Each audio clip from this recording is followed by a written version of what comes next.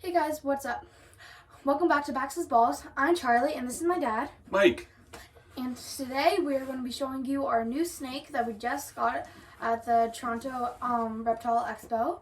Her name is Ramona. She's a boa constrictor and She's a BCI boa constrictor. Her genes are RC pastel and super jungle.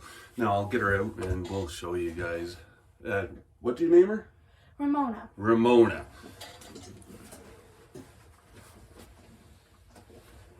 She's a really beautiful snake. My dad let me choose her.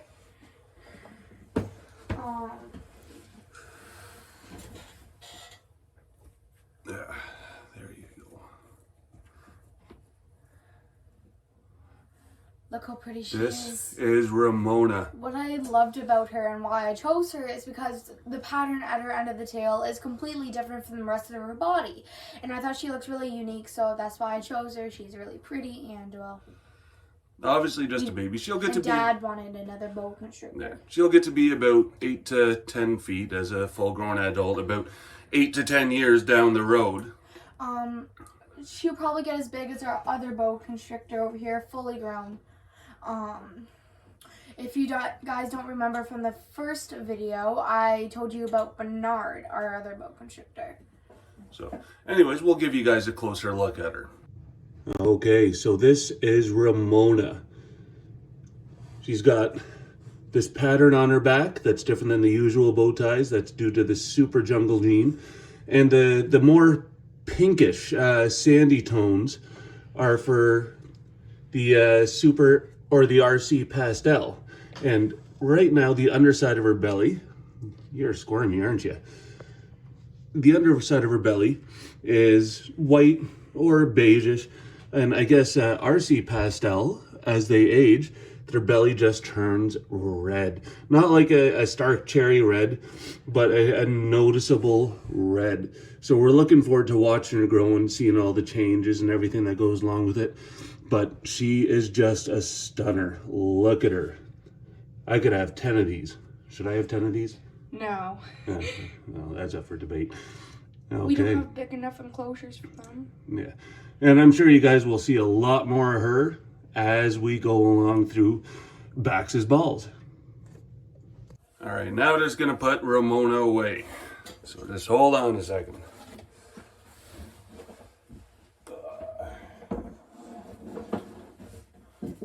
Okay. We'll have you out longer next time, honey. Oh, you're just pretty. Oh, I know. Okay. So, now. What were you talking about?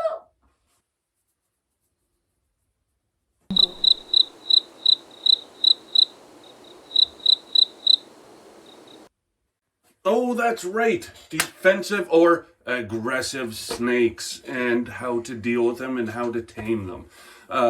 Saw this a couple posts in some of the groups that I'm in talking about people that had aggressive or aggressive is a bad term. Defensive is what it is. They're not really aggressive. They're just more, they don't mean to be aggressive. They're just defensive.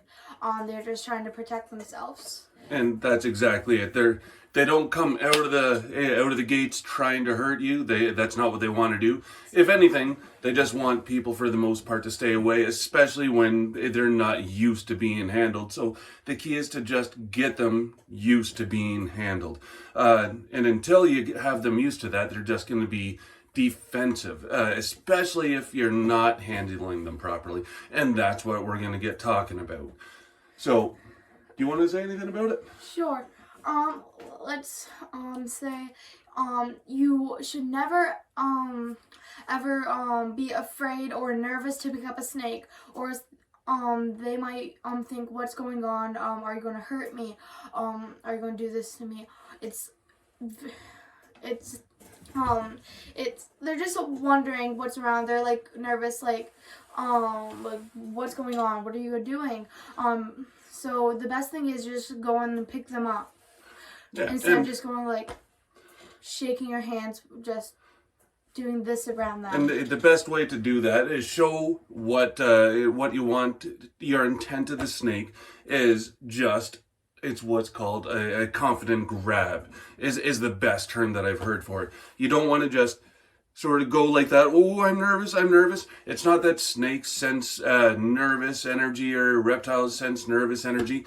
They just see this giant hand looming over them and it makes them nervous. And then once they're nervous, well, then they're going to be frightened and then they're going to want to defend themselves. Same as what any animal would, or people for that sake. When people get nervous, the fight or flight instinct sort of kicks in, and it's the same with these guys.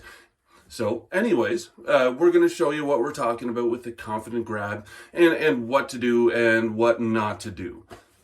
Okay, so now we don't really have any aggressive snakes here. They're usually used to being handled and they're not afraid of us. They're used to touch and everything like that. Like I can get in there and I can do this. And I just got him out. Like I just put the tub on the table and I can do anything with him and it's all right. And he knows what's going on more or less anyways. So when you're reaching in, even if a snake's hissing and puffing up and so on, you don't want to be reaching in at its head. That's not the best way to go for any animal, really. Get in from behind, and then you just pick it up. And then if it is a nervous snake, it's going to start moving around and being flighty a lot. It's not going to look at biting as much at that point in time, but it's going to be just on the run, more or less, at that point. But if you keep on holding it for probably just a minute or two more, it'll become pretty clear to the snake what's going on. Okay, this person's just holding me. They're not a threat. They're not a predator. If they were a predator, something would have happened by now, and they'll understand that. So that's what you're after. You're just informing the snake of what you're doing. Okay, they're holding me. And now that he's on my hand, he definitely wouldn't bite me because he's just on my hand, and he doesn't want to just bite what he's sitting on because my hand is just the perch. Now this is one of our babies that's not used to being handled as much, and it is feeding day. So I might be able to, and well, you know what I might be able to egg her on and make her nervous and everything. Like this is the sort of thing that you don't want to do, have that nervous energy about you. She's gonna bite you. No, she's not even gonna bite me right now. Like you see that tongue flicking? She's curious. But even if she was, you'd sort of have her attention with this hand, and then you just go back in behind her, and then just pick her up. Now, she's okay. Yeah, and she's okay.